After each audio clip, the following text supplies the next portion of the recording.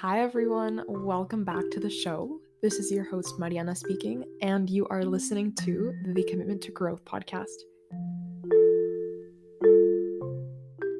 Hi everyone, welcome back. If you're new, welcome. And if you're not new, welcome back. Thank you for choosing the Commitment to Growth podcast as your daily source of wisdom and insight and hopefully a little boost of serotonin to get you through your day, whatever time of the day you find yourself listening to this. How are you? How have you been? How are you doing today? How are you feeling? I hope your day is off to a great start. And if you are listening to this in the evening, I hope you had a lovely day filled with lots of fulfillment, lots of things done, and lots of presents because 2022 is the year where we focus on presence over productivity. Am I right or am I right? I hope you're doing well. It's crazy that it's April as I'm recording this, April 2022. It feels like this year has flown by. It's been such an interesting season of growth and so many exciting things for myself and for the show. And I just want to say thank you for your support, just you being here and choosing to be here today to learn and to grow with me and with Malcolm, who is this week's guest on the show, is so incredible. And it is such an honor to have you here and to have you listening and to have you sharing this space with us because I am super excited to share with you this conversation. So, a few things to cover before we get into today's episode. The first being a new addition that I'm implementing to the Commitment to Growth podcast. So, if you are listening on Apple Podcasts or Spotify, if you leave a rating, so you can give us X amount of stars based on what you think, hopefully it's 5. But if you leave a rating and a review telling me something in the comments of your review, what you learned, so one life lesson that you took away from this show that you're tuning into, and leave me your Instagram handle. Every week, I will be picking someone from the reviews to read out their comment, read out what life lesson they took away from the podcast episode, because I love hearing what you learn from these brilliant conversations. So if you are one of the lucky people that I choose from the comment section, I will read you out, give you a shout out. Hopefully that'll direct people towards your Instagram and to your page and what you're doing on there. And it's another way for me to connect with the people who are listening on here, because that is very important to me to know who's listening, who is dedicating their time to coming to hear my voice, as well as the beautiful people that also come onto the show. So if you're here today and you enjoy this episode, leave the Commitment to Growth podcast a rating and a review either on Apple or Spotify. Leave me your Instagram handle and I will go through them in the next couple days and hopefully pick somebody to give a shout out to in the next episode. So that's new for me. Now, this conversation is a little bit different because this is a recording of a live conversation that I had on the Wisdom app. Now, this particular episode is in no way sponsored by the Wisdom app, but let me tell you about this incredible platform which I have recently found myself on as a recent top mentor of the app, a top conversationalist on there, because I'm just on there so much talking to such brilliant people. And so far, I've made such beautiful, insightful connections with Malcolm Reese being one of them, the individual that we're going to hear on today's podcast episode. But, anyways, what this app is essentially a platform that allows you to connect with real people in real time. You're just sitting down, having a conversation with somebody. You can either hop onto the conversation that they are hosting on their channel if they're inviting people on, or if they're giving a segment of their own, you can listen to them in real time. It's amazing and it's intimate because, I love podcasting. Obviously, podcasting is my main gig, but there's something about tuning into someone's conversation in real time that just makes you feel so connected to them and so close. And it has come as such a treat for me, especially after, you know, social distancing and everything that we have endured over these last 2 years with COVID.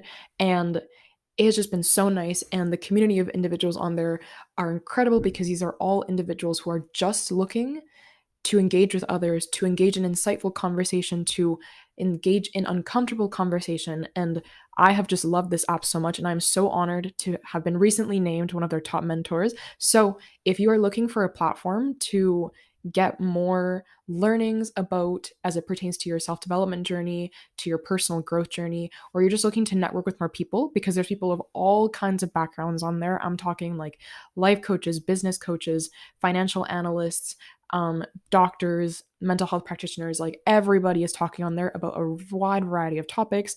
I highly suggest you check it out. Again, this episode is not sponsored by the Wisdom app, but as a top mentor on there and somebody who's having a really good time and doing something that is very closely tied to what we're doing here on the Commitment to Growth podcast, I highly encourage you to go check it out. So that is the Wisdom app. It is right now available on iOS, and the Android version of the app is coming soon. So be sure to look out for that if you are listening on Android.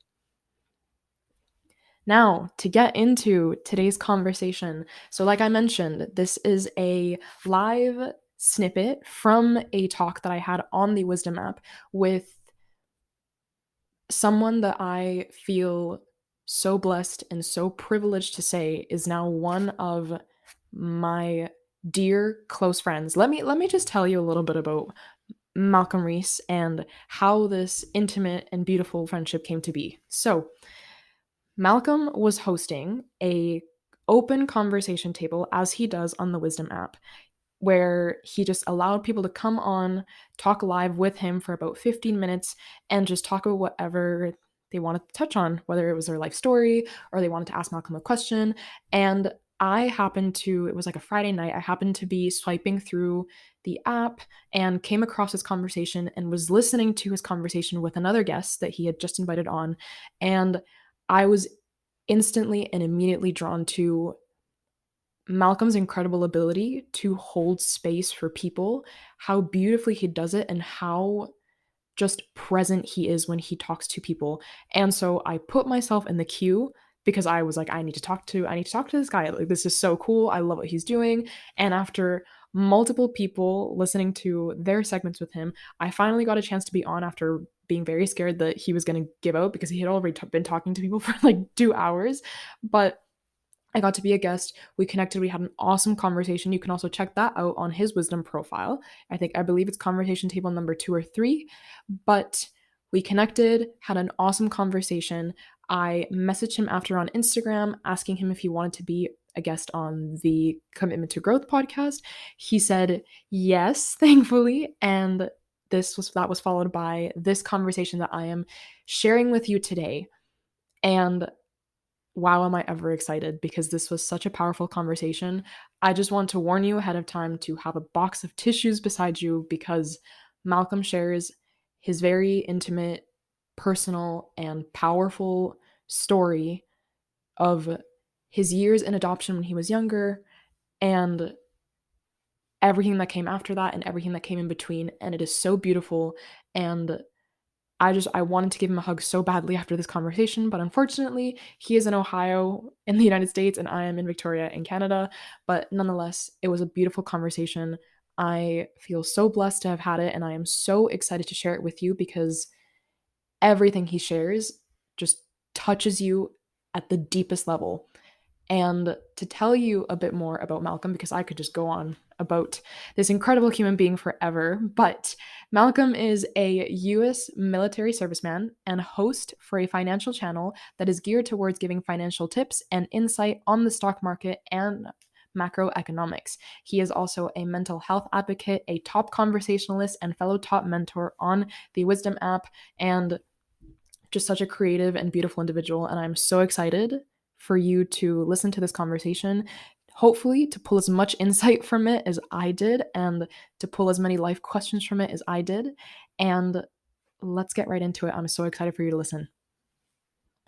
Before we do that, just want to take a quick second to acknowledge that this episode is being recorded from the land of the Wasandish peoples, who are represented by the Sartlip, Sayout, Saikum, Malahat, and Pakwachin nations.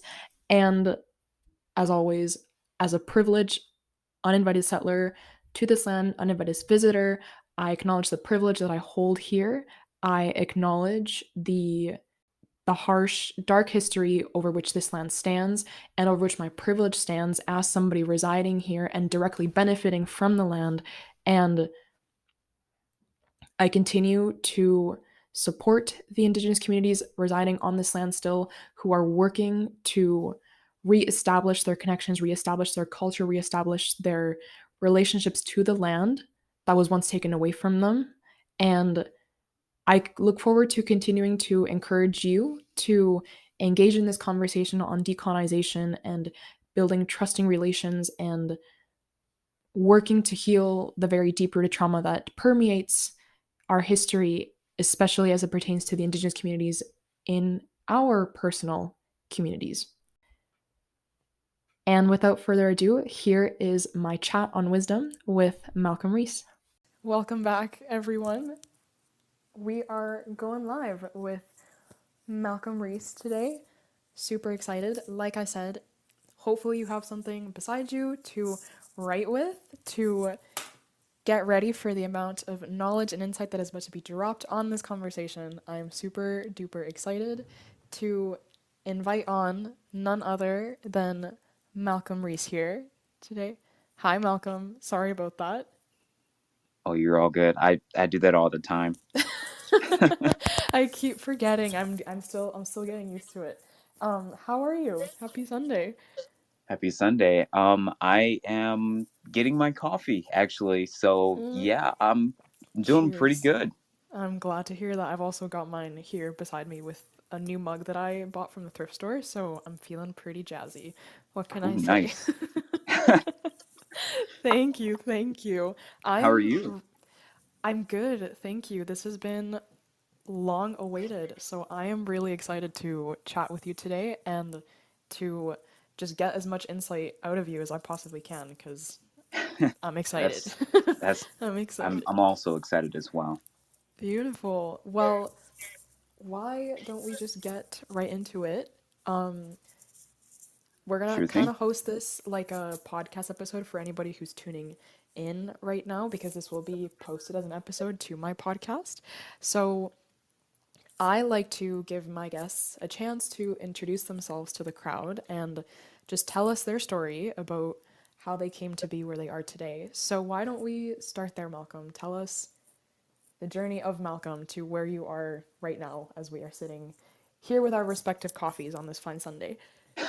Okay. All right. So I per the per the conversation that I had with Stephen McCall yesterday, for those that tuned in, you guys caught a glimpse of my past, and in the interest of me like summarizing that, so I was adopted, and from that adoption I grew through through academic structured systems and all of these like facilities that I would have to go through, and eventually I got adopted, and after being adopted I stayed with the Reese's, of course, and then afterwards, well, progressing from that, I eventually got into, luckily, like some student programs with band because I fell in love with music at a very young age. And Mm-hmm.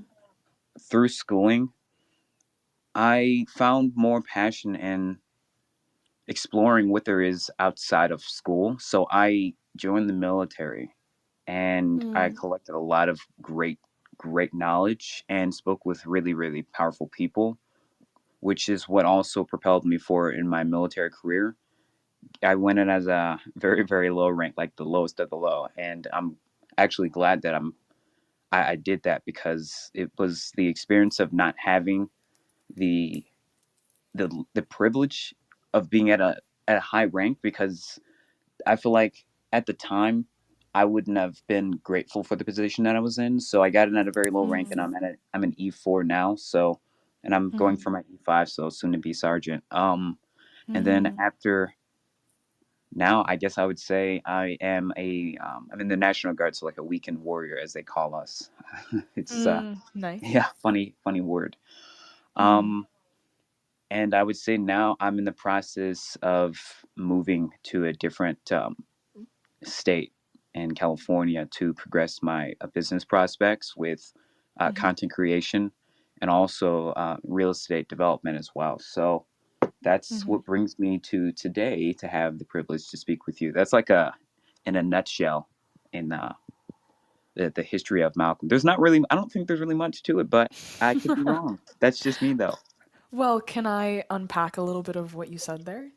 Yeah, sure thing. Beautiful. Well, first of all, thank you for sharing that with us and congratulations on soon to be sergeant. That's really exciting. Um, Thank you. how about we start with adoption, if you don't mind me prodding at Hmm. that. Yeah. Um, can you tell us what that was? What age were you when you got adopted, and what the journey, what you experienced up to getting adopted? Like, what did it feel when you had a family to call yours after being through several or through different systems?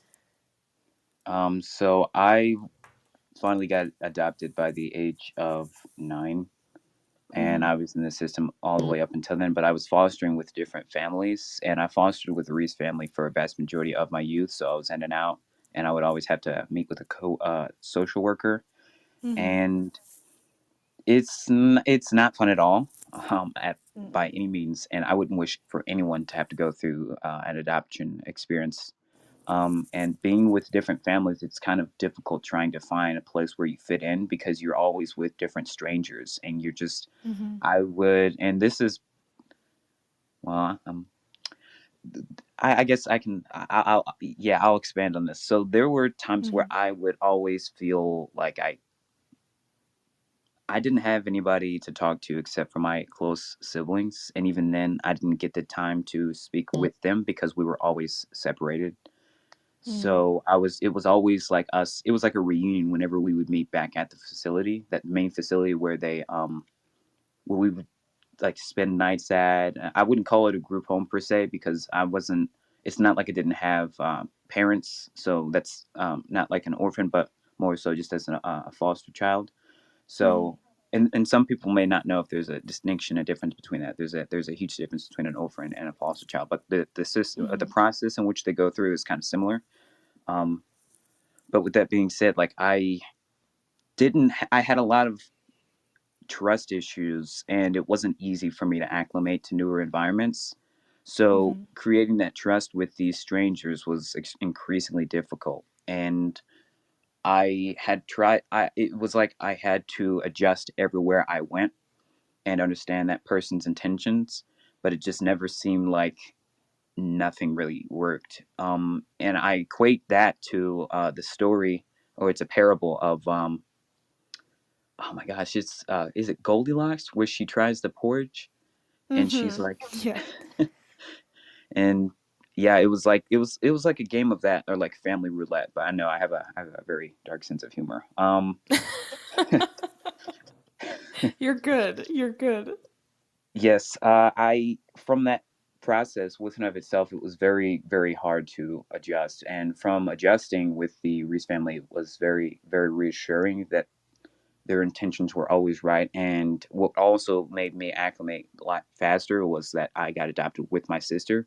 I do have other Mm. brothers and sisters, blood relatives, but it's unfortunate that they didn't get adopted with me because I actually spoke with my mom last night after the conversation that I had with Stephen McCall, because I was even curious about the whereabouts of my brothers and sisters because I haven't had the chance to speak with them. Mm-hmm. And they actually have cognitive um, impairment. They're cognitively impaired, and they're right now in like a facility where they're being taken care of. Mm-hmm. So ironically, I was diagnosed with autism at a very like at infancy, and my sister was as well, and she was not able to read, write, or her motor skills were really poor. I Mm-hmm. performed better than her at the time, and she was. I'm glad that she was able to persevere through the challenges that were put before her, and with the help of great great educators and social workers. We definitely found a place in the system because, as sad as it is to say, and this is a really dark thing to say, but like when you're a foster child, some families will not adopt you if you have any cognitive issues, and it's Mhm. like they don't really care that much for people with autism in the foster care system, and that's really sad to see because you see a lot of that even now. Um, Mhm.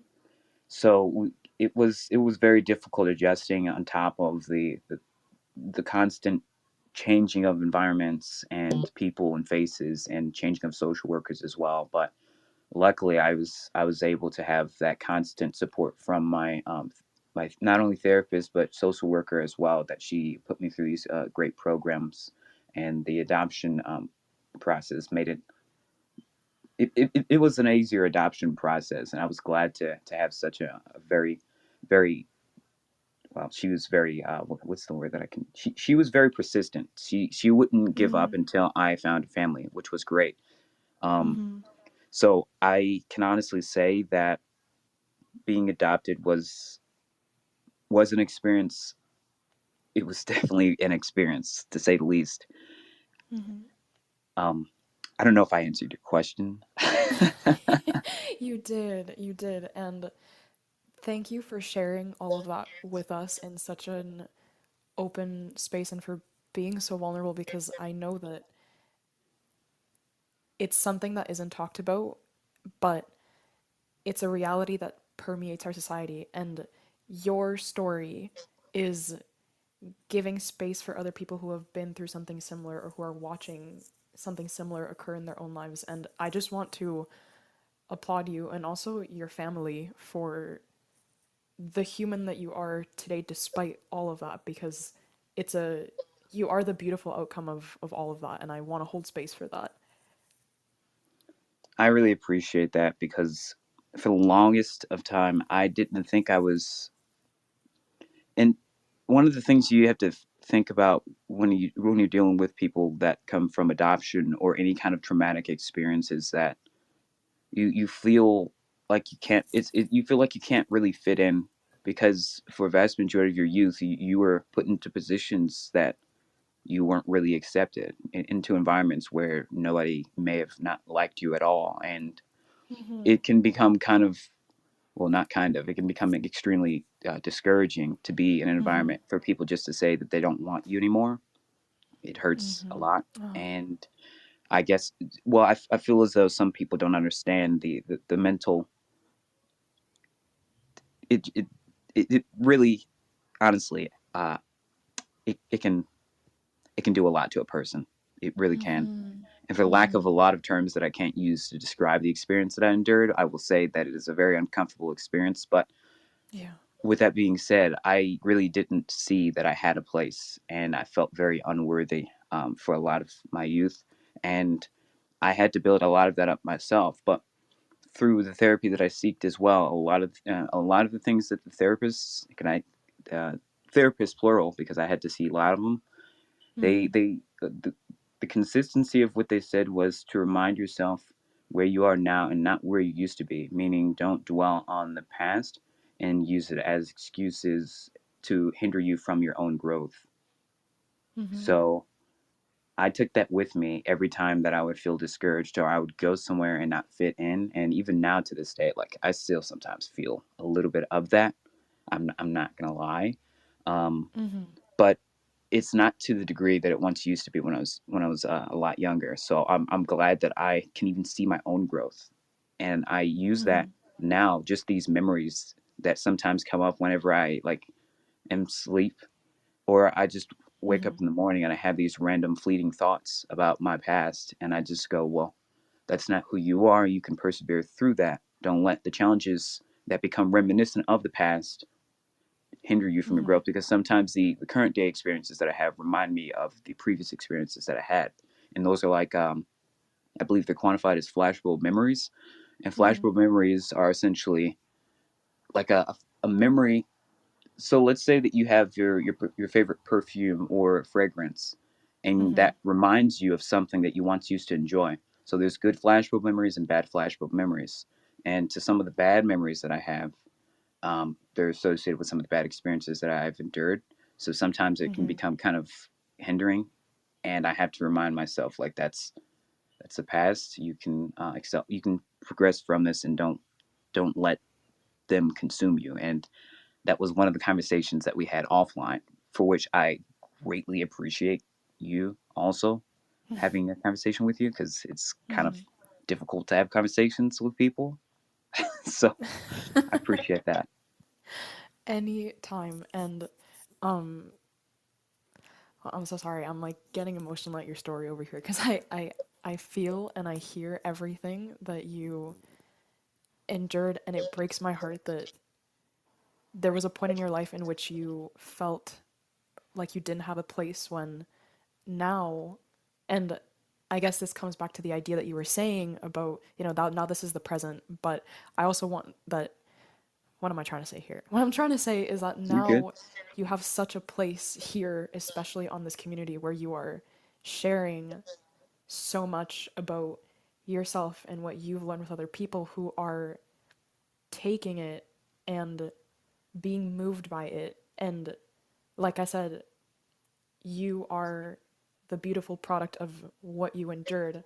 And I'm sorry that it took you enduring all of that to get to where you are now, but I also want to thank you for being so courageous and resilient in sharing this with us, because it's phenomenal and beautiful to see that you are choosing your present right now as a reflection of the fact that you can overcome what you went through, and you're turning it into something for other people. So That's I was very all moved I by your story. Thank you.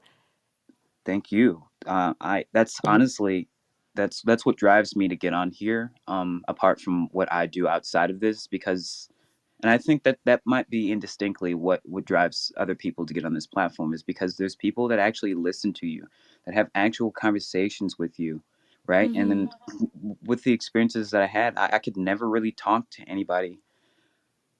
I'm Mhm. getting emotional. Sorry. I could never really It's talk to anybody about what I went through because they would always dismiss it, or they would always just they didn't really understand, and I can understand that they didn't understand because they didn't go through that kind of experience. But Mhm. to the degree in which the energy is reciprocated on this platform, I can't equate that to any human experience that I've had, because the only Mhm. kind of conversations like this that I would have would be with a counselor. It wouldn't be with Mhm. someone that doesn't have a degree in anything. So like genuine and authentic conversation is kind of rare to me, and I wasn't used to that. That's why when I first got on this platform and I had like awesome conversations with people, it was foreign to me because I was used to the Mhm. exact opposite.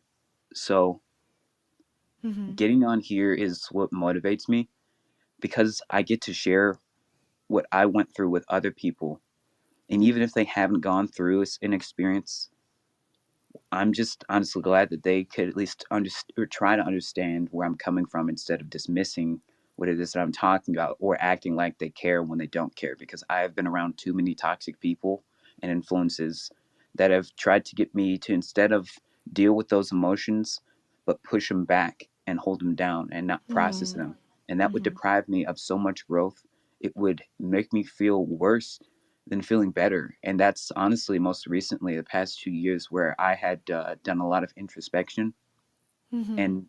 and asking myself like, is this what I want to do with my life? Is this who I want to surround myself by? Am I happy with where I'm at? Am I content with the circumstances?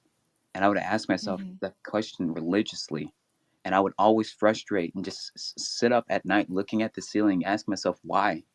Why me? Why this? And I came to realize that was a negative form of thinking, because especially because there wasn't any kind of action behind it. I would just always aimlessly ask myself these questions. And then once I started to do more thorough introspection, after separating myself from these negative influences, it became like a weight off my shoulders. And Mhm. to current day, it feels much, much more gratifying to share my personal story with people. And if I can make an impact on anyone's life, then I'm glad. But if not, hey, I'm glad that I could have put it out there into the ether of the web and share to the world my experience. Hmm. Well, I can testify that I am one person that has been moved, so you have my vote, at least. Um, and so we've kind of talked about that experience of yours on here before, where you started removing yourself from these toxic relationships, or at least trying to evaluate them. And I want to know, how did you shift into that? Especially, you talked about struggling with feeling like you had a place when you were younger and how that carried into some of your teenage years.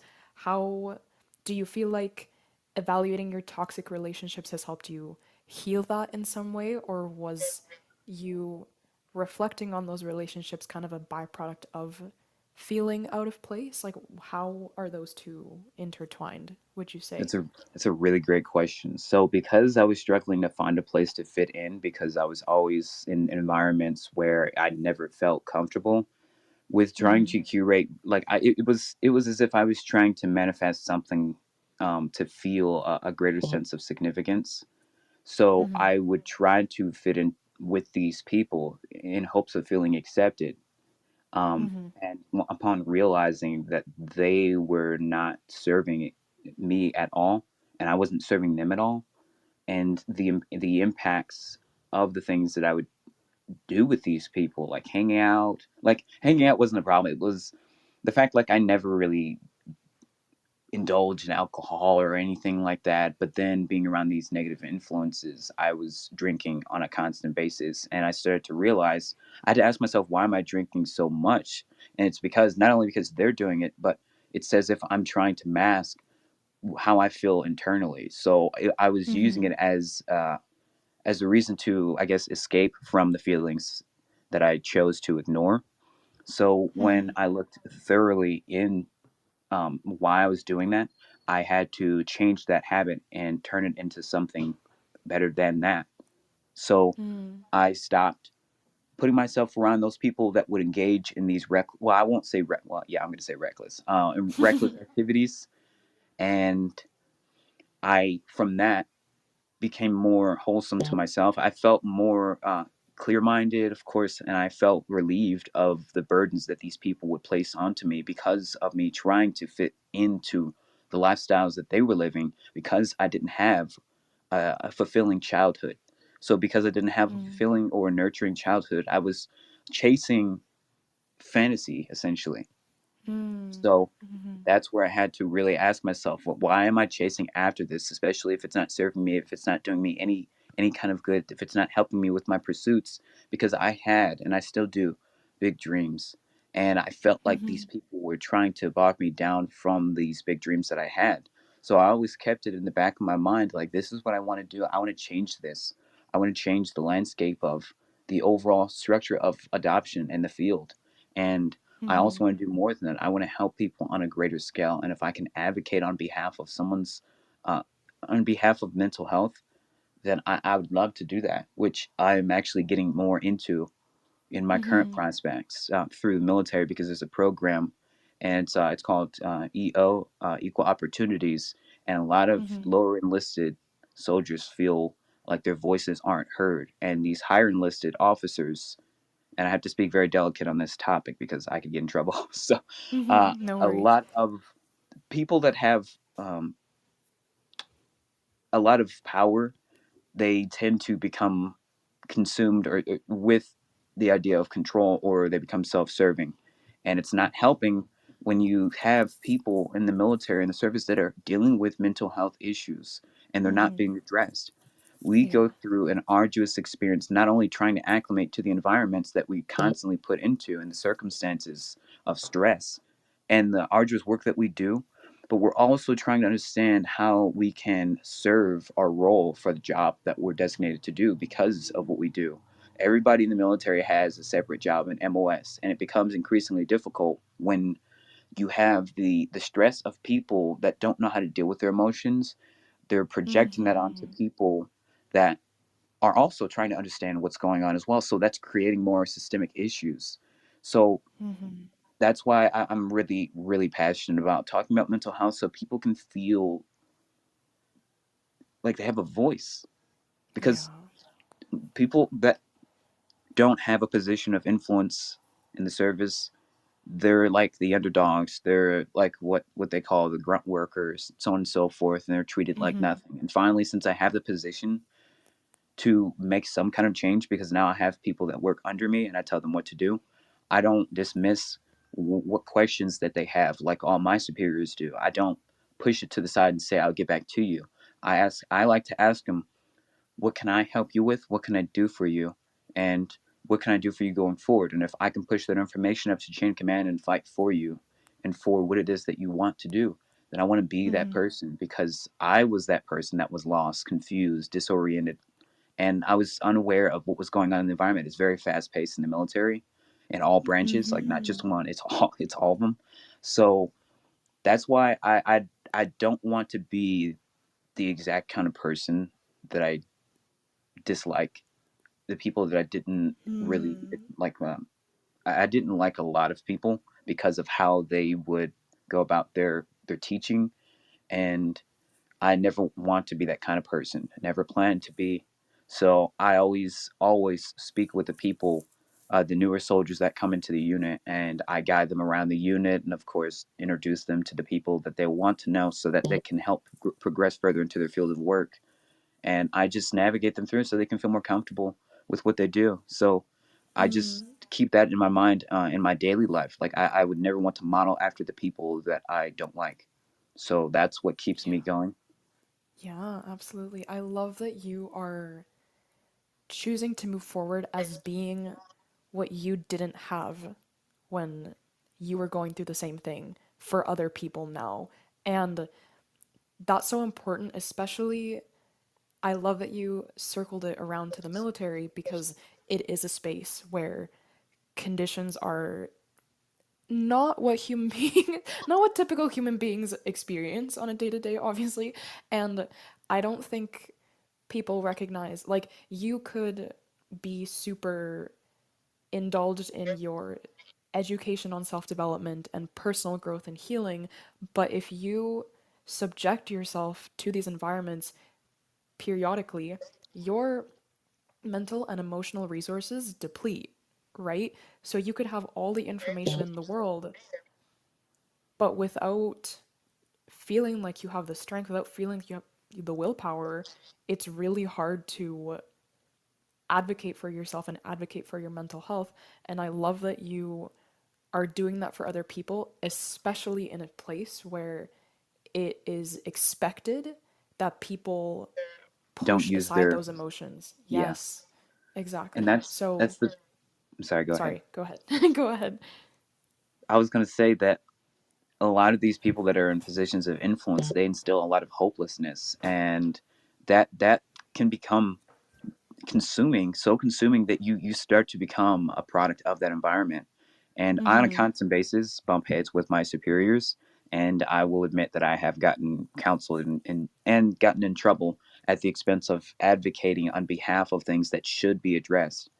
And I'm Mm-hmm. perfectly fine with that, because I can at least have a clear conscience in knowing that I fought for the right thing. And I always speak up. I won't speak out like disrespectfully, and I always try to come off in a formal manner, but it shouldn't be, mental health shouldn't be dismissed in any capacity.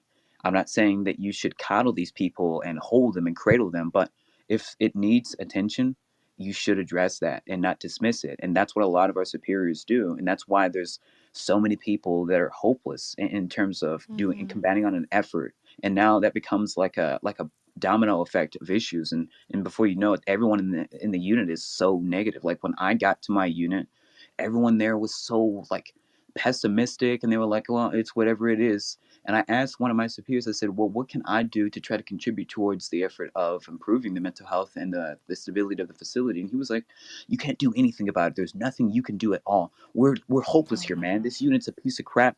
Like he was talking smack on all the all the people that are up there in the chain of command. And I was like, well, I'm sure there's something we can do about it. And he just kept saying, like, no, no, there's nothing you can do. And I still believe Mm-hmm. that there's something that you can do about it. I believe anyone's capable of anything that they set their mind to. So I started Mm-hmm. doing a little bit of reconnaissance around the unit and asking people, well, well, what can you do? What can I do in order to help you improve your job? So that's why, after about 2 years being in this unit, there's been a change in morale because I would always go to these meetings that they were always optional, but I would go to these meetings that they would hold for the unit or for just the cadre, and Mm-hmm. I would advocate on behalf of things that weren't addressed. Now, it wasn't primarily around mental health, but it and the underlying reason behind why it wasn't addressed was because of not dealing with mental health. So, I would Mm-hmm. advocate on behalf of issues that should be addressed at the unit, and I'm glad to say that we have made some strides and progress, and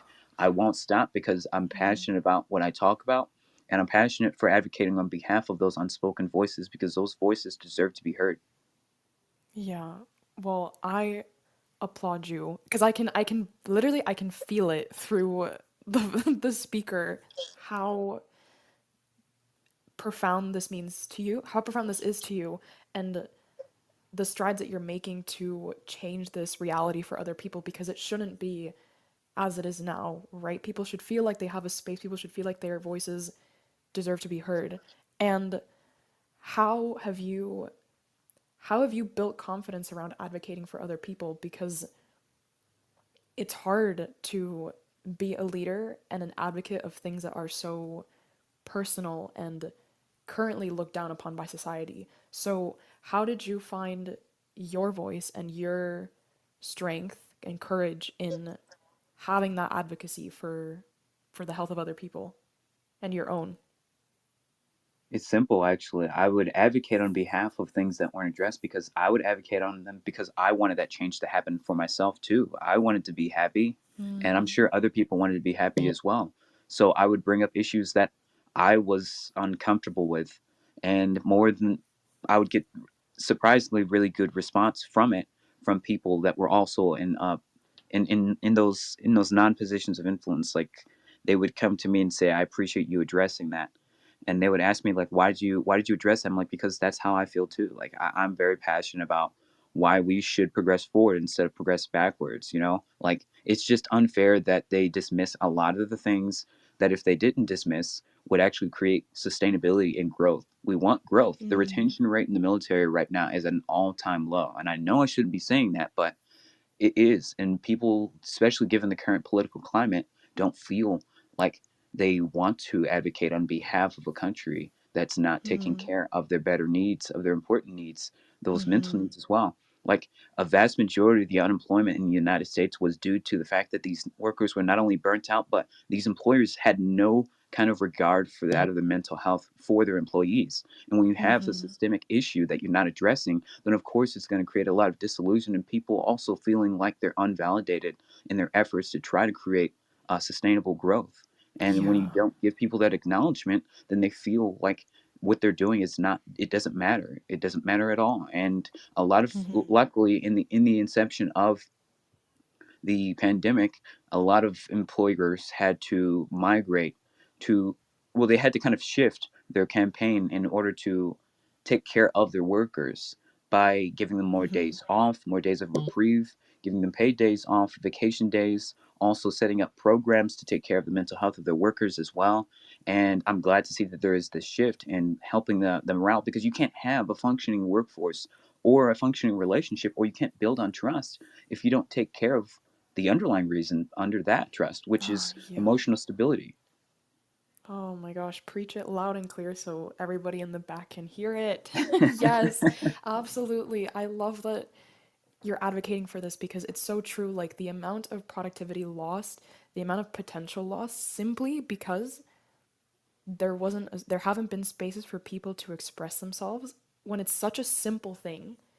Um, I feel like we shy away from difficult conversation. Even you were saying how you felt that there were people in your life who you felt didn't hold space for you simply as a byproduct of the fact that we fear emotions so deeply, right? Like we feel that Hmm. they could end us or that they could, determine some fatal outcome when in reality it's just about noticing what they're bringing up for you and what they are reflecting about you and your value systems. And I love that that's the lens that you're taking with it because the amount of growth that could be made in these spaces simply by being like, I feel this emotion, not I am this emotion, or this emotion is going to dictate how I function in the future, per se, is so valuable for shifting this conversation in spaces like the one that you're in, which is in the military. Yeah, I wholeheartedly agree because I feel like if you don't really address the underlying issues behind why there isn't any form of growth or sustainability, then you really can't find what the root cause analysis of that issue is. And then when you dismiss it, then it creates more issues that then you have to try to, I guess, sugarcoat or cover up in a sense, or Yeah. just not address at the expense of the emotion that it would invoke on people. And they do that because they don't want to look weak. But there's a Oh, difference yeah. between looking weak and being strong. I personally feel as though when you feel comfortable expressing your emotions about something that you're passionate about, then there's no weakness in it. There's strength in you being able to show who you are and how passionate you are about what it is that you're advocating on behalf of. And mental health awareness is becoming more prominent in today's society, given the nature of the fact that there is so much of a huge disconnect, besides that of what's portrayed on social media, but in just overall humanity and the conversations that we have with people on a day-to-day basis. People feel more comfortable looking at their phones and having dismissive conversation or small talk Yeah. at the expense of a more elaborative discussion or dialogue with someone. I think because there's some kind of a fear behind expressing to that person how you are, how you feel about something like. I guess it's like I call it personally a veil of deception, but there are better terminology out there. I'm just using that for lack of a better term. But I just feel like there's a disconnect because of people being afraid to express who they are at the expense of being judged for expressing those emotions, and it Yeah, shouldn't be that way. absolutely. No, it shouldn't. And I like that you brought social media and our phones into the conversation because I think that in some way it's given us a scapegoat, right? Like if you're angry, it's way easier to send a passive aggressive text rather than having the willingness to just sit through an uncomfortable conversation.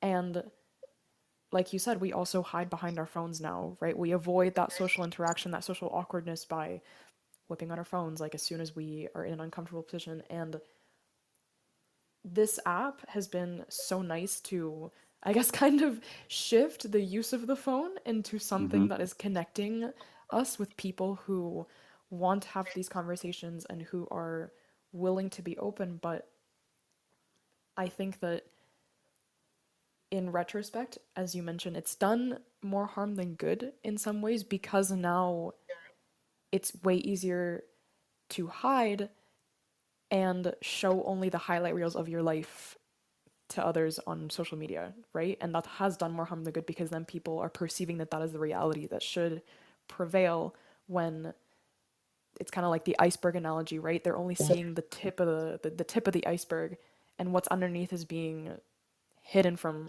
their view. Yeah, yeah, like once again, I wholeheartedly agree with you, and I'm not one to really like go out of my way to try to convince people that I'm something that I'm not, because I personally feel as though that requires too much effort, and I'm not going to try to Yeah. portray myself in a sense that I don't even believe in, because I feel like you lose a sense of who you truly are if you try to depict to people something that you're not, because then you have to follow up with that kind of persona that you're depicting, which is why some actors have gotten out of the business, or some artists, some music artists have stopped creating music and content because of the fact that there's this the way the system is arranged, not only through conformity, but the way the system is structured is so that it depicts to people a sense of fantasy that that life can be, uh, I guess, well, in an alternate kind of way. Like I'm trying to word this. I don't have the words. You're good. I'm catching what you're picking. What am I saying? You're good. I'm picking up what you're putting down is what I meant to say. Ah, yes. I want to shift gears a little bit to asking you about how you got enrolled in the military, if this is something that you can share with us. Hmm.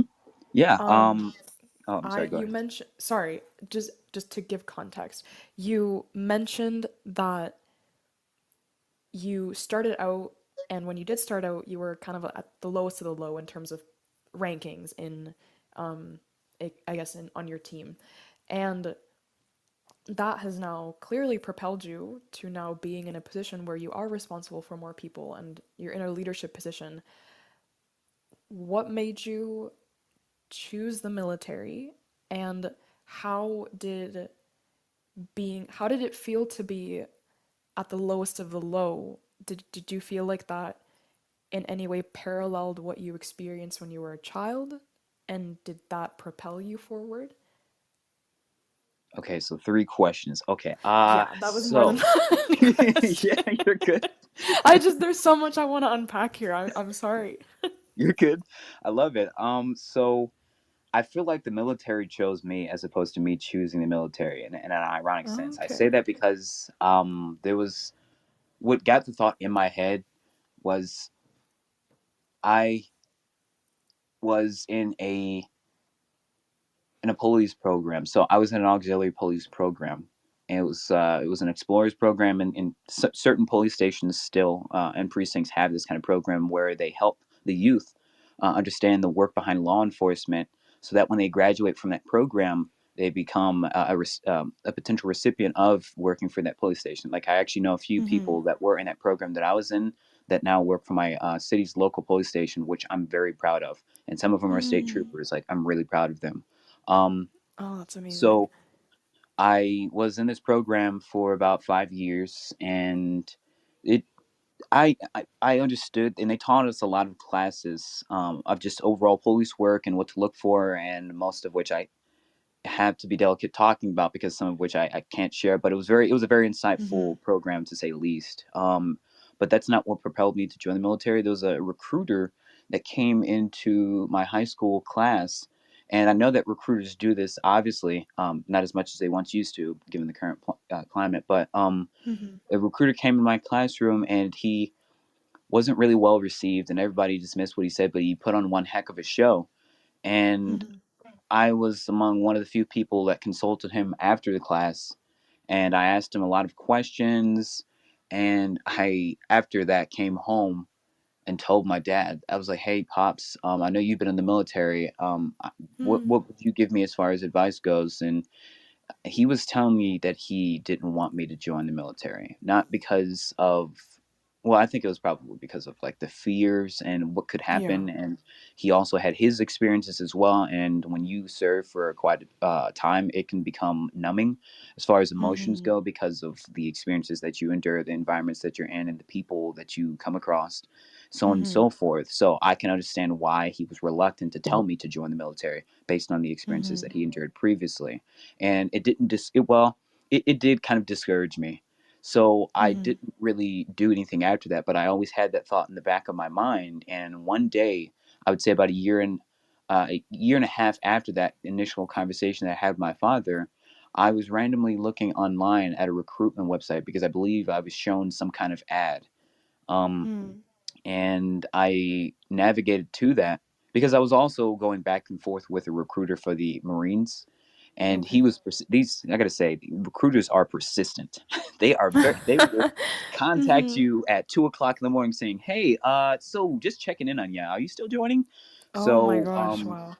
I was very flaky with the recruiter because I was still in that. I was very reluctant to join based off of the conversations that I would have with people leading up to that, my decision of joining. But after thinking about it, I went onto a website that was guided for me from an ad, and Mm-hmm. it was like type in your area code and stuff, so and a recruiter would reach out to you. So I just thought at that point, you know what the heck. So I put that into the universe, and then about maybe no longer than 2 days afterwards, a recruiter, Sergeant Fell, who I still am in contact with, I was actually her first ever recruit. She had just gotten into recruiting, and it Oh, was a great, nice. it was really great. Mm-hmm. So I got in contact with her. She reached out to me, and we started to navigate through the process, which was very arduous. It takes a lot to get actually into the military. As easy as they Mm-hmm. make it sound, it's not. It's not that easy at all. Gotcha. Mm-hmm.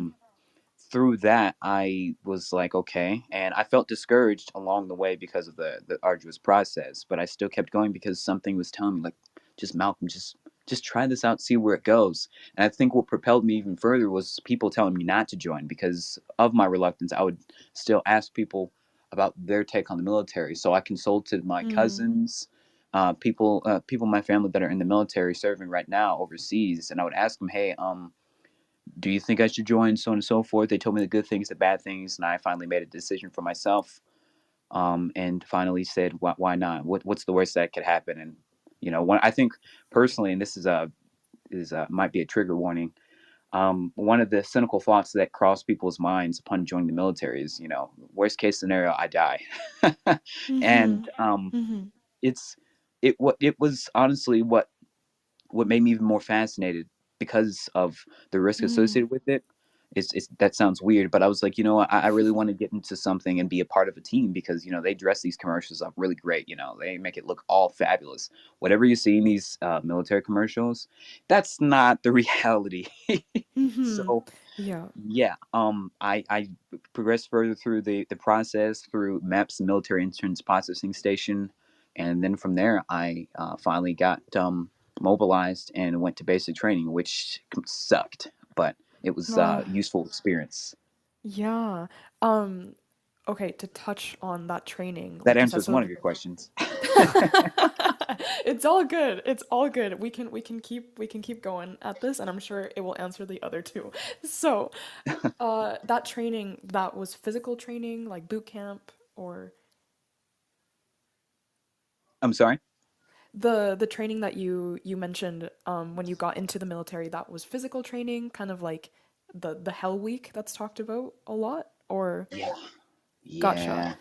So here's something about me, and anybody who follows me on Instagram will know that I post this on my stories last night.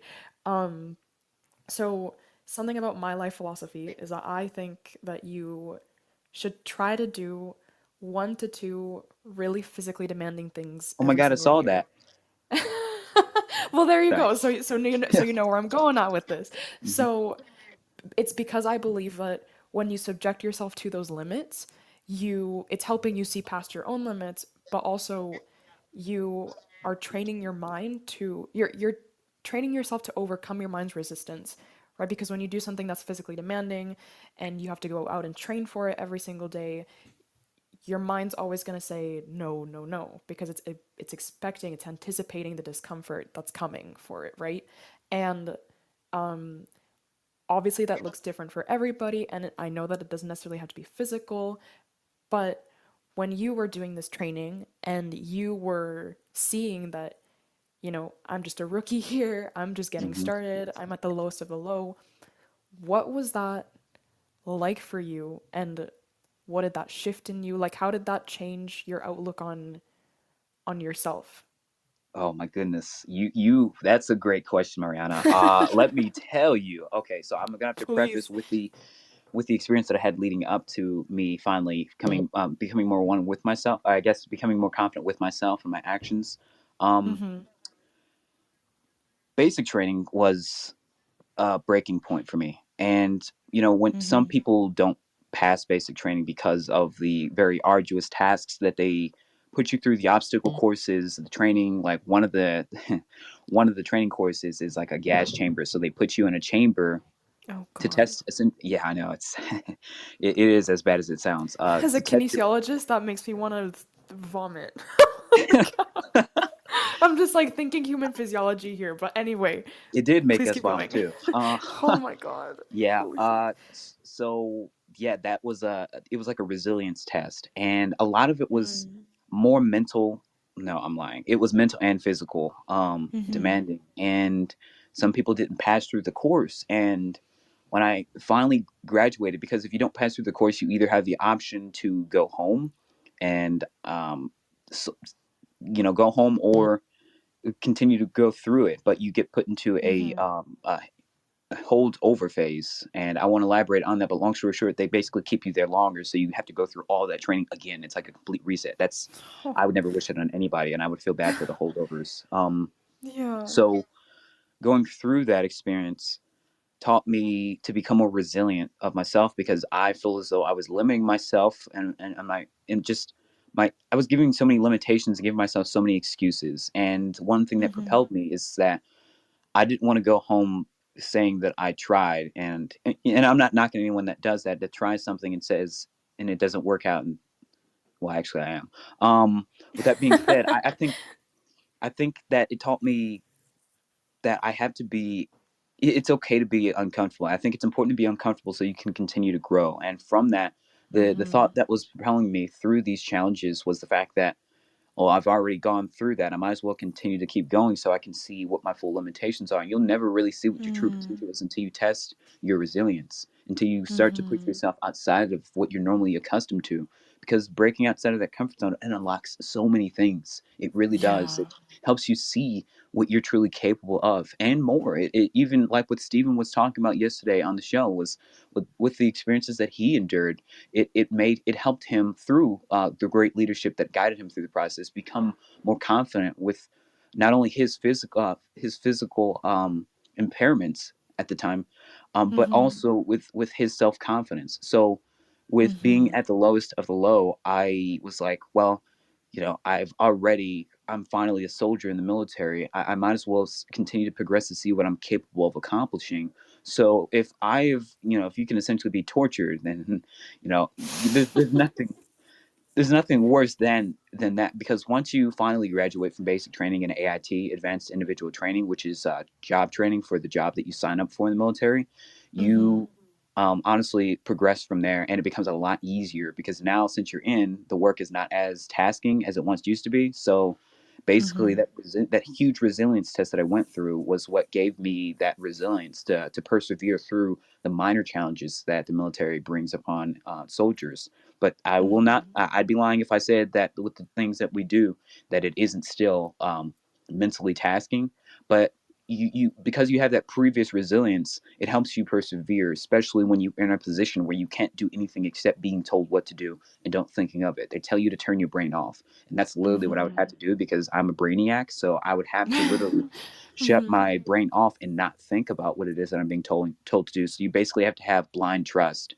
Um, and Mm. progressing through that, now being in a position where I see people that finally graduated from basic and AIT coming to the unit, I can understand what they've gone through. So I want to be that person because when I first got to the unit, I didn't have anyone to be there to help me understand the unit. And I kind of appreciated that now looking back at it because it helped me understand what was going on, understand the environment, and understand how I can navigate through that. So I honestly got dove in very deep. Not I didn't go in from the shallow, and I kind of got submerged in the water without being told how to swim in the simplest way that I can equate how I had to Mm. had how I Mhm. had to migrate to the environment. Um, and with that being said, seeing other soldiers at lower ranks, I'm like, well, I want to be here to let you know that this is going to suck, but it will suck a lot less because you have someone like me that understands what's going on. So now I can guide you Oh accordingly, so that yeah. way it'll be a uh, much less arduous experience. Yeah. That's so important because I feel that I see this in university, especially when as it pertains to professors, and I also have to be delicate on this topic because this could also get me in trouble, but I feel that it's become this environment of survival of the thickest. Or the thickest. Jesus, the fittest. I'm so sorry. You're good. You're good. Survival of the fittest. And um it's I feel like people are losing sight of what it really means to be a mentor and a leader. And I think that it's now being painted as this thing of, oh, let me just hold your hand and walk you through how to do everything. When in reality, I think that it's actually about showing your mentee, the person that you are mentoring, that they are actually capable of doing it themselves. But you just have to show up there with words of encouragement and a little bit of guidance to help them see in the right direction. But you're not getting so fully involved that you're walking them through it, right? And when the approach of here, I'm just throwing you in here, no cap, no guidance, it can Mhm. be such an overload that people end up quitting, not because they're not capable, but because they feel weak, they feel directionless, and as such, it is such an impedance to the potential and the success that they could fulfill if somebody was just willing to show them the way even a little bit. So I love that you're taking that feeling of directionlessness and using it now to help people in your unit. And Yeah, because I hate being confused. They yeah, bother who me. doesn't? Who doesn't? And I want to know, so you went through all of that. You learned to shut off your brain and just submerge yourself in the discomfort, and you learned to overcome a lot of your mind resistance. Do you feel that in those experiences you met little Malcolm, perhaps? Like, how did overcoming all of this help you build, if at all, a relationship with your inner child, and how did that help you see what you went through when you were younger? Another good question. Oh, huh, hmm. Okay, so when I got into the military, because of the experiences that you endure, I would break down all the time. I Mm-hmm. felt like I couldn't do it. I felt like I was incapable of accomplishing what my peers were accomplishing, and they made it look so easy because there were some really like high speed people that were like, do they were this PT test was, and now it's even more difficult than it was before. They actually recently changed the PT test, but at the Mm-hmm. time I was a different kind of person. And once again, touching on the previous conversation that I had with Steve McCall, one of the things he said as well was that I didn't, and we both equated to it, it kind of shaped our lives and changed our lives for the better. And I didn't go in with that thought. I was like, man, this is going to suck even worse. And I feel like when you go into something with the idea that it won't work out, then it won't work out. It will not work out.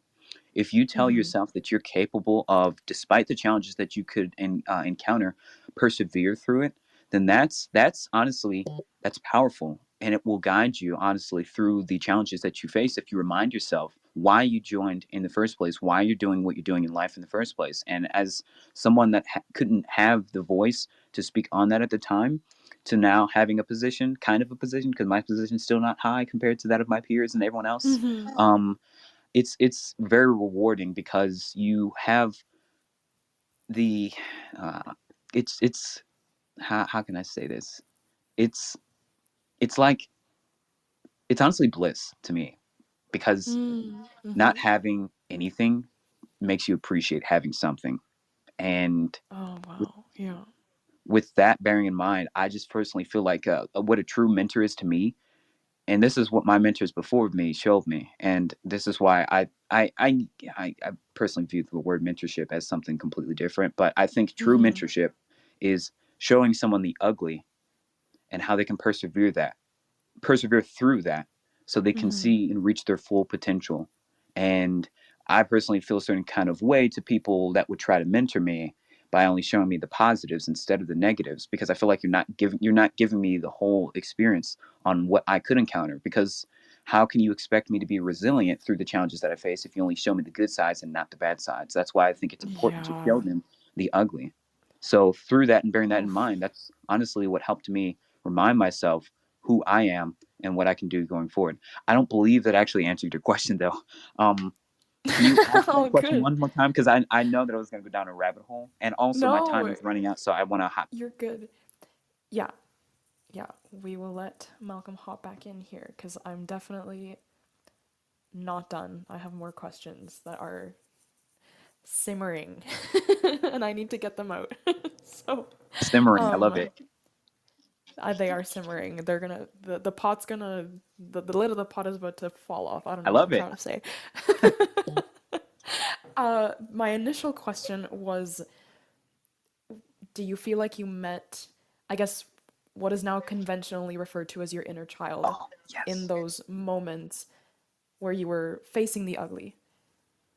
I met my inner child through this experience because I was a certain kind of person joining, and I'm a certain kind of person now after being in for so long. Because I never really had I didn't have the opportunity to really express my inner child through the experiences that I endured because my childhood was very limiting and I didn't have Mm-hmm. the conventional childhood that some people do with parents and Yeah, and not having Mhm. that kind of experience and going through what I went through, I explored a whole plethora of new feelings that I really didn't have the time to process. And being in a fast paced and moving environment where they're just like, go, go, go. You're not supposed to stop. Keep going. Stop giving up.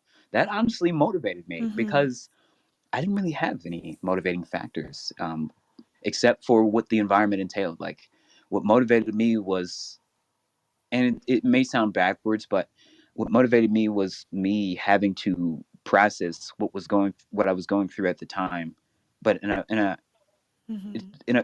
at a rate that I could continue to progress forward instead of it hindering me.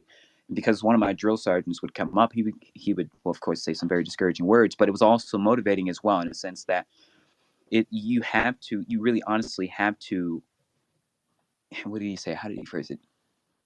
If you spend more time dwelling on the emotions that you're trying to process, then you won't progress further in your goals. And he said that to me because he saw potential in me that I didn't see in myself. But because I was in an environment prior to joining Mm. the military that I was always limited, my potential was always limited, and no one helped me see what my true potential was. I, at that point, was like, wow, I can see my true potential. So because I would deprive myself of seeing that, well, I didn't deprive myself. I was deprived of that potential through my environments.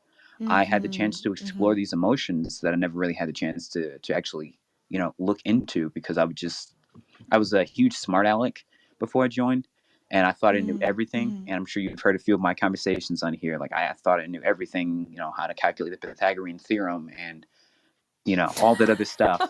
So Yeah. I was honestly forcefully acclimated to adapting to how I can process these emotions in a healthy format so that I can continue to push forward through the stuff that Yeah. people would normally dismiss and try to build excuses. Because I feel as though people that make excuses for themselves, well, some people that make excuses for themselves may be the exact kind of person that's not really taking the opportunity to explore their emotions, to process what they're going through, and to try to find a way to persevere through that, but instead become complacent to their environment through self limiting people, which is why I think it's important to have influences in your life that Oh, push you.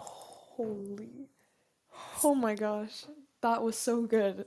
I love that you said that. I recently, well, I'll say two things. One, I just want to acknowledge that I'm sure we all felt really smart when we learned the Pythagorean theorem, and then when real life happened, and we all realized that unless you're an engineer, odds are you're not really going to use it. Our dreams were all crushed. So I Hmm. just want to acknowledge that Yeah. you're not the only one feeling the same, because I felt very similar. And the second thing that I want to say is that I recently heard or saw a quote on Instagram by my muse, my idol, Nicola Pera, the holistic psychologist, the author of How to Do the Work, if anybody here is familiar with that. And she said that when she said, I looked at my toxic relationships and I noticed one thing that was the same in all of them, and that was me. And Ooh, I want to tie that back to what you that's deep. said because it is, hey. But she said that you talking about how we limit ourselves with people who also self-limit to justify perhaps where we are now and the effort that we're not putting in now is like blew my mind because I had never really conceptualized it that way.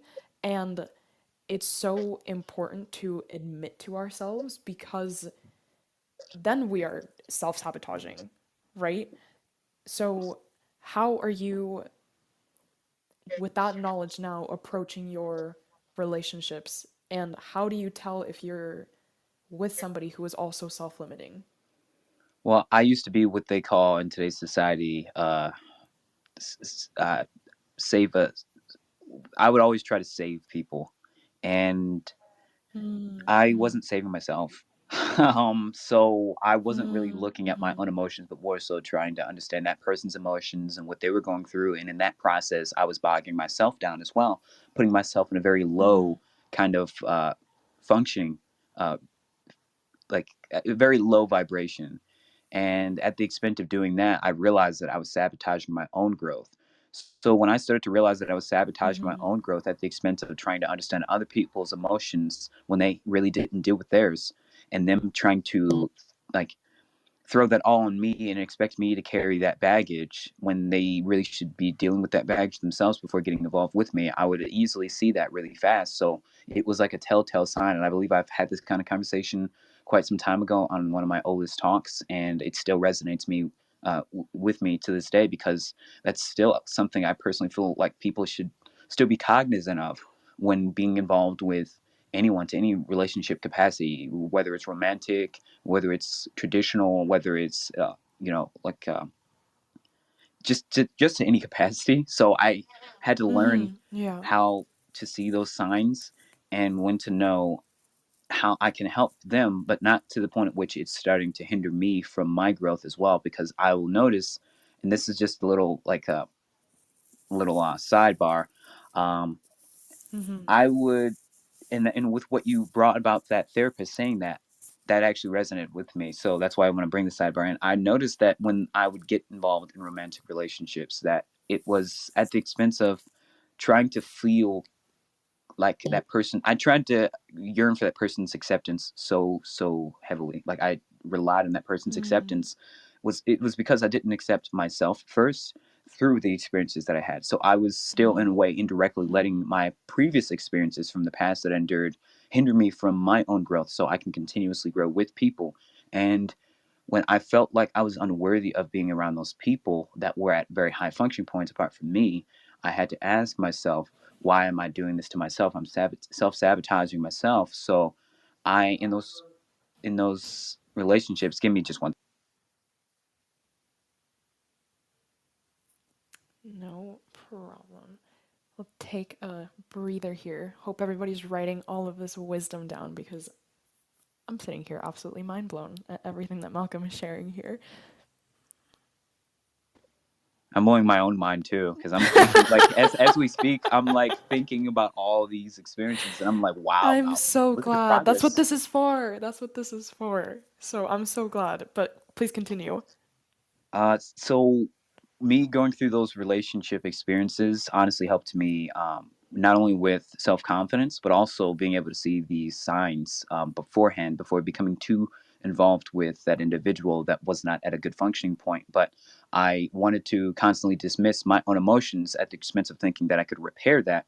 And if I couldn't repair that, I would try so hard to repair that, even though I knew that I wasn't the complete problem, but I would just always try to fix something that Mm. I couldn't. It wasn't up to me to fix. It was up to that person to fix that for themselves, so we both could progress forward. But through the constant failure in that was what made me complacent to the fact that I guess that's all I'll ever have is just broken relationships with people. So being at the low functioning Mm. point, I was subjected to being around toxic influences that also exhibited very similar behavior characteristics as me.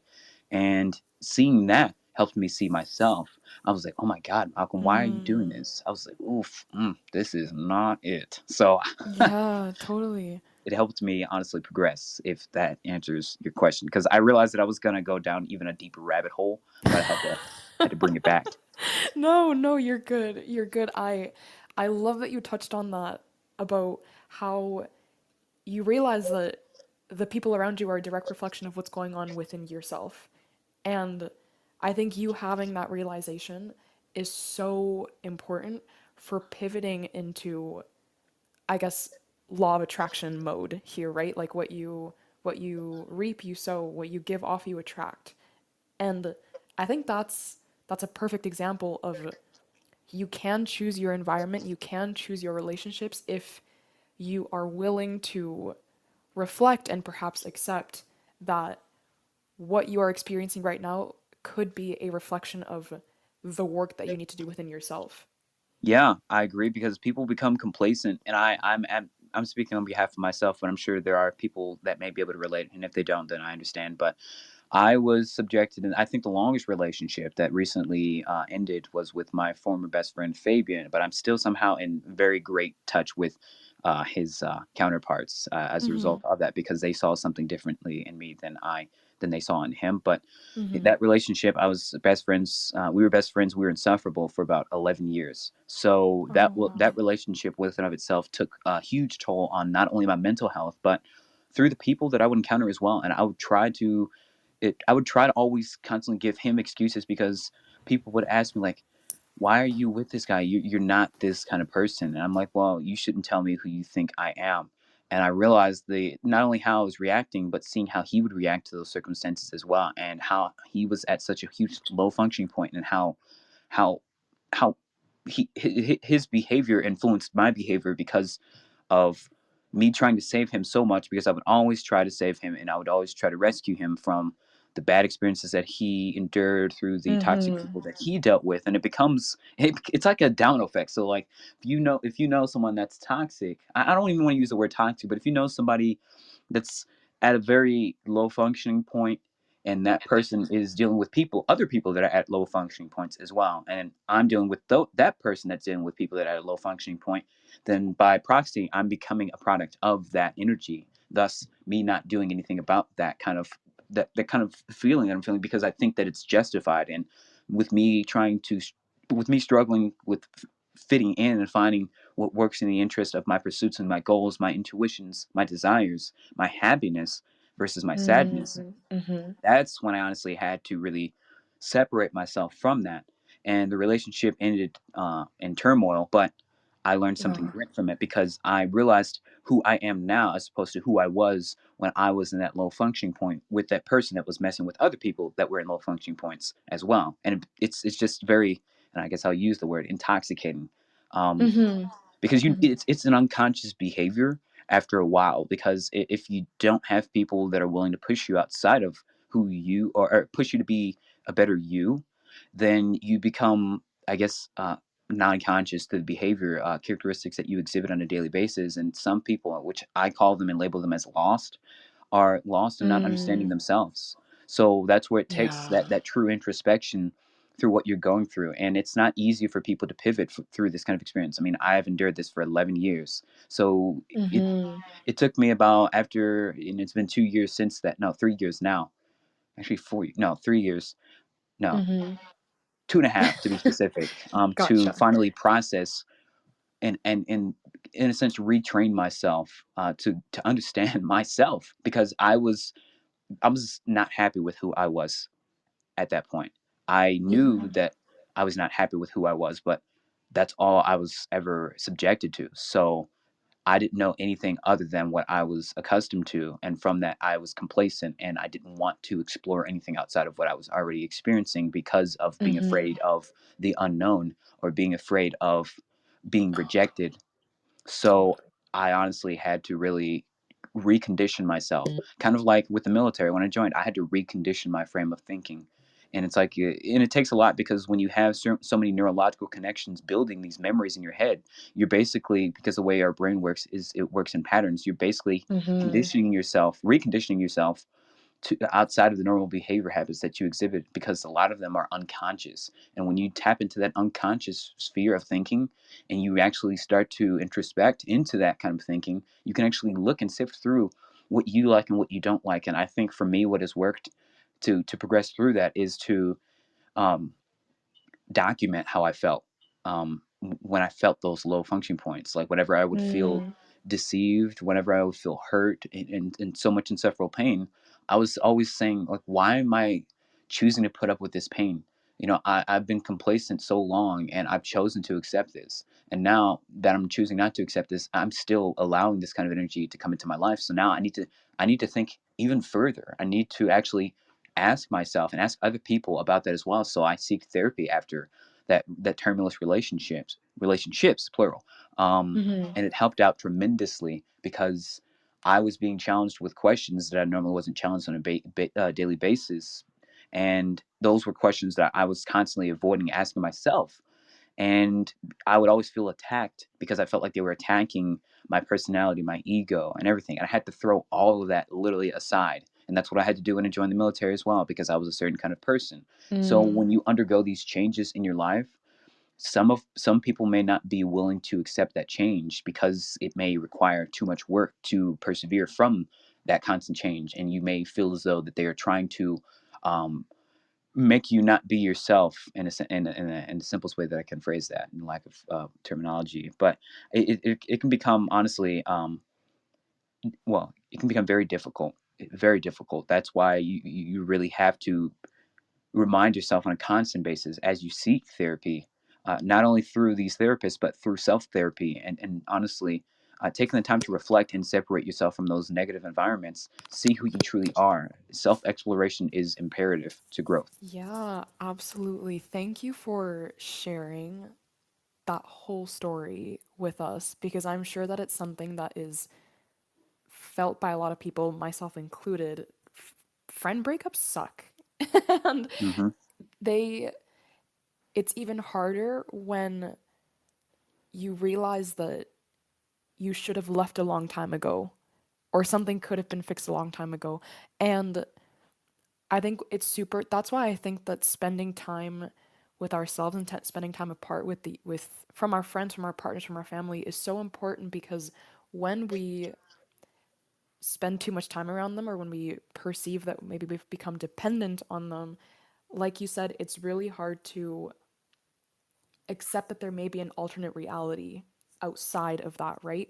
And as such, that is the biggest hindering point to growth because now you can't even fathom a different reality. You don't even stop to question if there's another truth out there for you because you are so comfortable, because you are so used to what you're currently living. And asking ourselves those questions of, who am I outside of this relationship? What could be better in this relationship is super important. And it doesn't mean that, the relationship is going downhill or that this person isn't meant for you if stuff could be fixed because no relationship, being romantic or a friend relationship or a family relationship, is ever perfect. And I think that we've come to normalize that. Like, if there's something wrong, then this person isn't meant to be in your life. It's like, no, when did perfectionism become the standard or the norm, right? And so, having those moments where you reflect on the relationship or you reflect on how is this person pushing me to be a better version of myself, which I think is really hard too, right? Like, you can be super close with somebody, but how are you pushing them to make strides in their own growth? How are you being honest with them about, hey, I feel like you are being complacent or you are conforming to your current situation or to the person that you currently are when I feel that you have potential or that you could be better. And so I appreciate you opening up conversation about this because I think that it's something that has to be normalized. Like, yes, friend breakups and romantic breakups hurt, but you can still reflect on everything they gave you. Like, you can still reflect on what they've taught you and what you're bringing into the next relationship based off of what you learned from them. You worded that way better than I could have ever. So No, come I on. thank you. No, seriously, like you articulated everything that was like in my head, but I didn't know how to say it, and I appreciate you for that, as well as just your response. In addition to just being here, like I appreciate this conversation, and I just want to Oh, acknowledge that. Like, I do too. thank you. I do too. Thank you. I want to ask you one more question and then we can enter the rapid fire round that I traditionally host on these episodes, if you don't mind. Yeah, sure. Cool. So the last broader question I want to ask you is kind of chiming back to what you were talking about as it pertains to mental health and mentorship.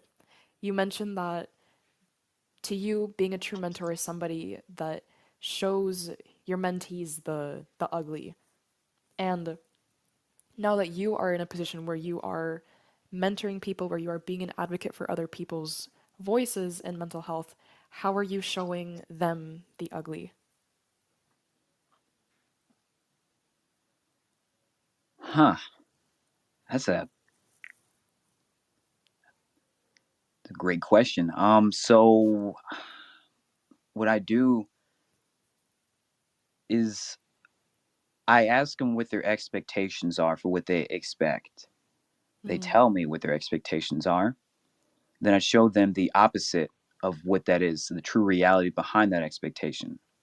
And Oh. then, Mm-hmm. and in the process of doing that, I help them understand that there is work behind that to achieve the expectation that they initially wanted in the first place. So it's Mhm. letting them know the harsh reality of the situation, but also letting them know that there's always room for improvement and growth through the ugly, because Mm. that's how we grow, is through the ugly situations that we've endured. Otherwise, Mhm. back to the previous conversation, you become complacent, and Yeah. I don't want people to feel as though they I don't want people to limit their ability to grow. I want them to understand that there are going to be things that you will dislike about what it is that you're doing, but it shouldn't stop you from growing.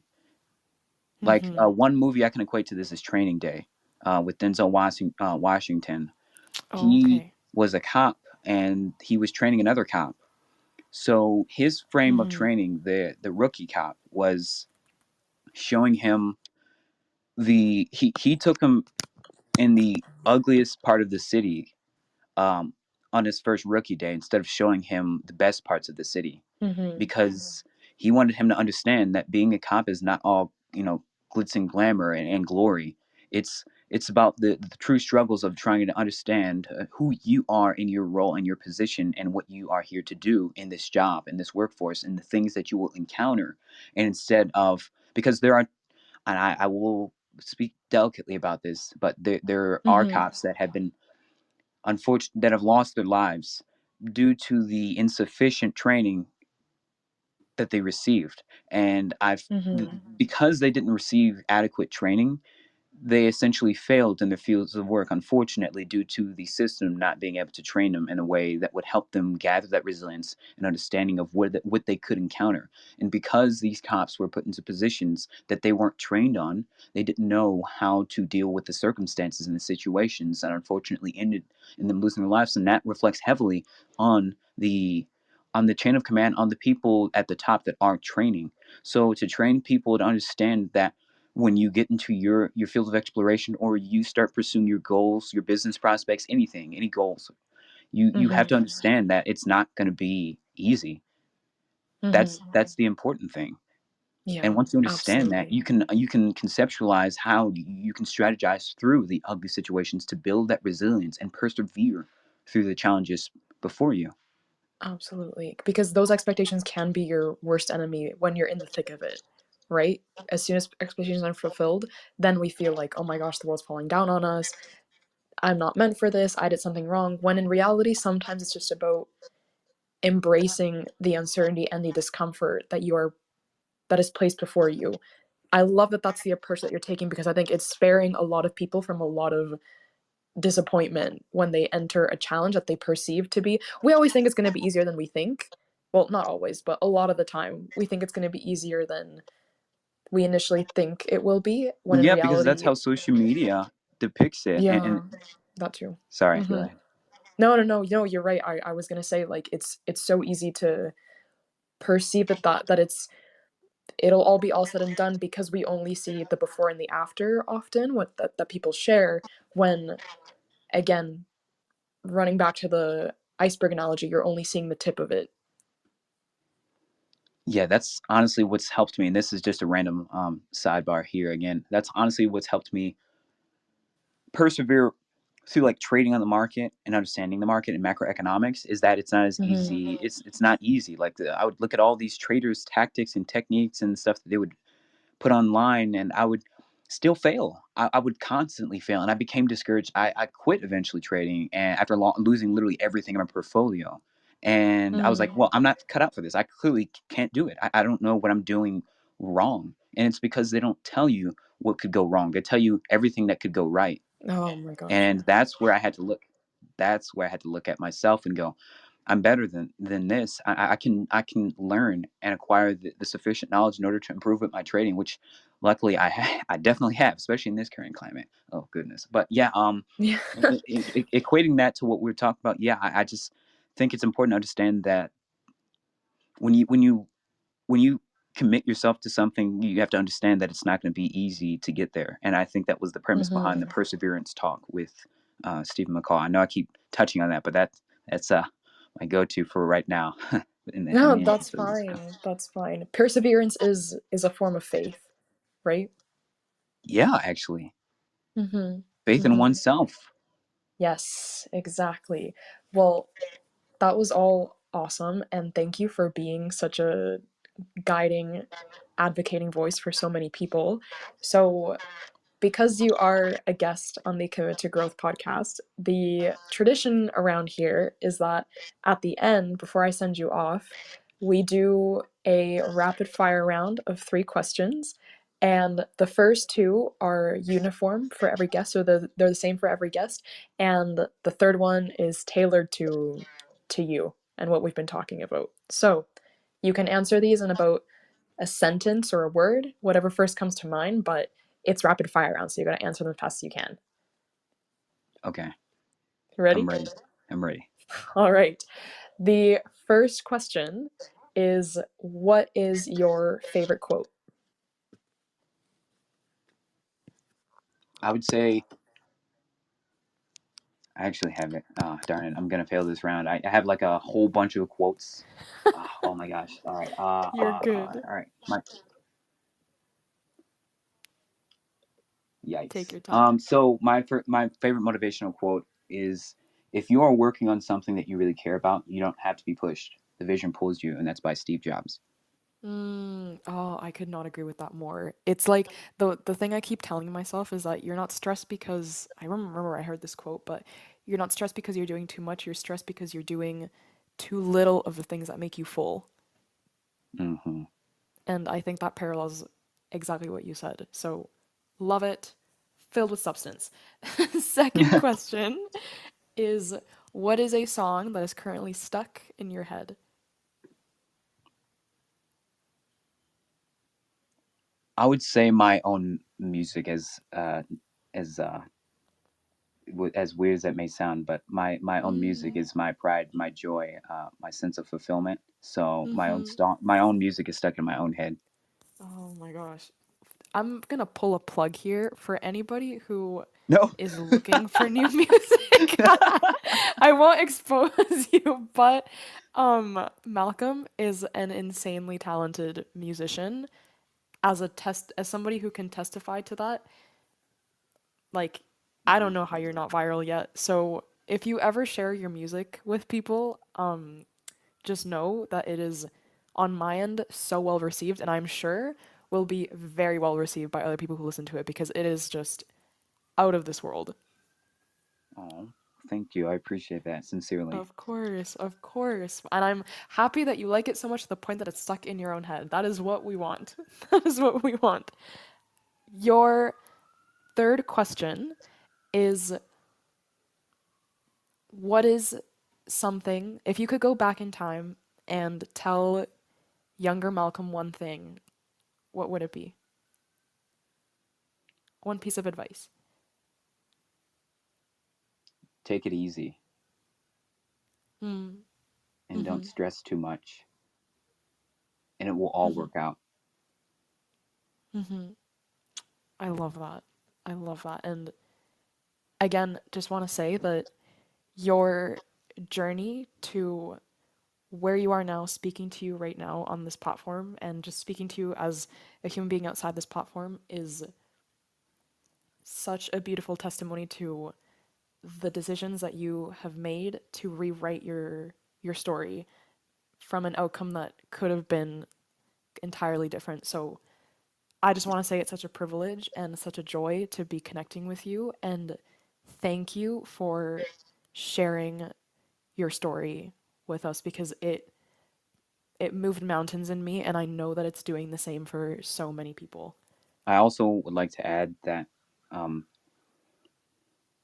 despite the growth that I've made thus far, I'm still looking to grow each and every single day, as I am Mm-hmm. currently writing the story of Malcolm, as we all are writing our own stories each and every single day. And the challenges that Mm-hmm. we encounter are only going to be a great thing that you get to think about in the past, or reminisce upon when you see and remind yourself how valuable and how brilliant you are as a person in this world. So just remind yourself, we're writing our stories each and every single day. Every memory we have, every new memory is another piece we can add to each and every chapter that we have. So just remind yourself, these chapters are important. I love that. I will be carrying that with me into my week. Thank you, Malcolm. It was such a joy to have you on, and you're such a beautiful human being. I'm so excited to keep connecting with you, and I look forward to more conversations like these in the future. Thank you so much for having me. I appreciate you have. Well, I just repeat the same statement twice, but thank you very much for having me. I'm just grateful. I am grateful too. Thank you so much. Thank you.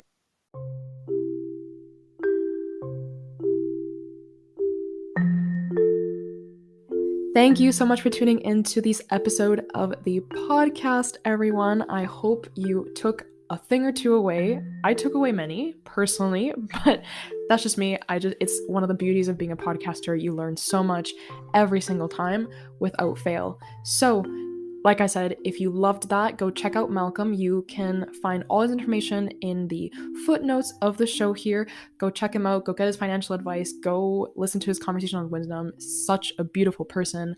And if you enjoyed this episode, like I mentioned at the beginning of the show, if you liked it, leave us a review and a comment telling me what you learned from this episode. Shoot me your Instagram handle in the comment as well. And if I pick you, then you will get a shout out in the next episode. You can remember to check out the show on Instagram and Facebook. It's at Commitment to Growth Podcast. You can check me out on TikTok too. I'm learning how to navigate that space. My username is in the footnotes of the show as well. If you enjoyed this episode, if you want to be a guest on the show personally, or if you want to chat on wisdom because you're over there, shoot me a DM on Instagram, or you can also find my email in the show footnotes. And once again, thank you for being here. Thank you for choosing this podcast as your daily source of wisdom and fulfillment and insight. I hope you had a great time. I had a lovely time having you here today. I hope to see you again in the future. And until the next episode, have a great rest of your week.